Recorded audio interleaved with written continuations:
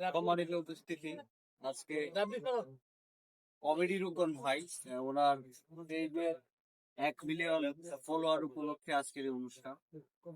ধন্যবাদ জানাই সকলকে, রুকন ভাইকে ধন্যবাদ।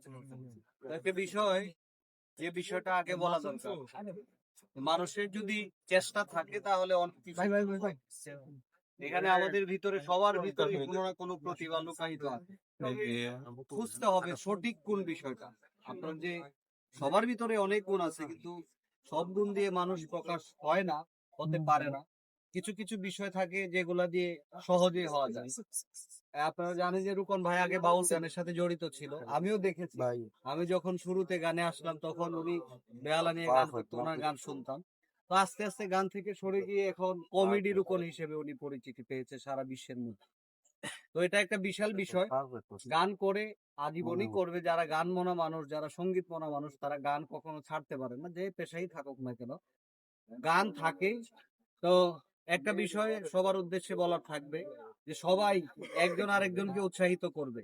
হ্যাঁ, এখানে হয় কি দেখবেন, একজন ভালো করতেছে আরেকজন ওনার পিছনে লেগে যায়। এটা মানুষের, বাঙালি জাতির এটা খারাপ অভ্যাস। হ্যাঁ, আমি একজন আমেরিকা প্রবাসী একজন দাদার সাথে কথা বলেছিলাম যে আমেরিকায় বা অন্যান্য কান্ট্রিতে এত উন্নতি, তার কারণ কি? তখন উনি বলছিলেন যে তার কারণ হচ্ছে একজন যদি 100 টাকা কামাই করে তাহলে আরেকজন তাকে উৎসাহিত করে যে তুমি 100 টাকা কামাই করছো, এই জন্য তোমাকে অভিনন্দন, তুমি আর কালকে 1000 টাকা কামাই করবে।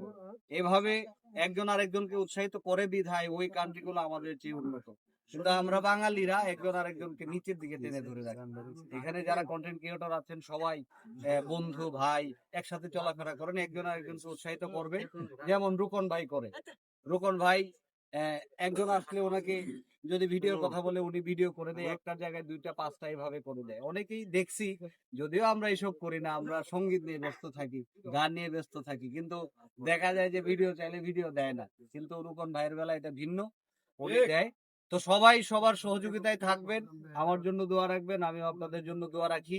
আর একটা বিষয়, যে বিষয়টা আগে বলছি, আপনি কোন বিষয়টা ভালো করে করতে পারেন ওই বিষয়টার দিকে নজর দিবেন, তাহলে অবশ্যই কোনো না কোনো ভাবে একটা সময় নিজেকে ভালো একটা জায়গায় দাঁড় করাতে পারবেন। সবাই ভালো থাকবেন, আমার জন্য দোয়া রাখবেন। ধন্যবাদ সকলকে।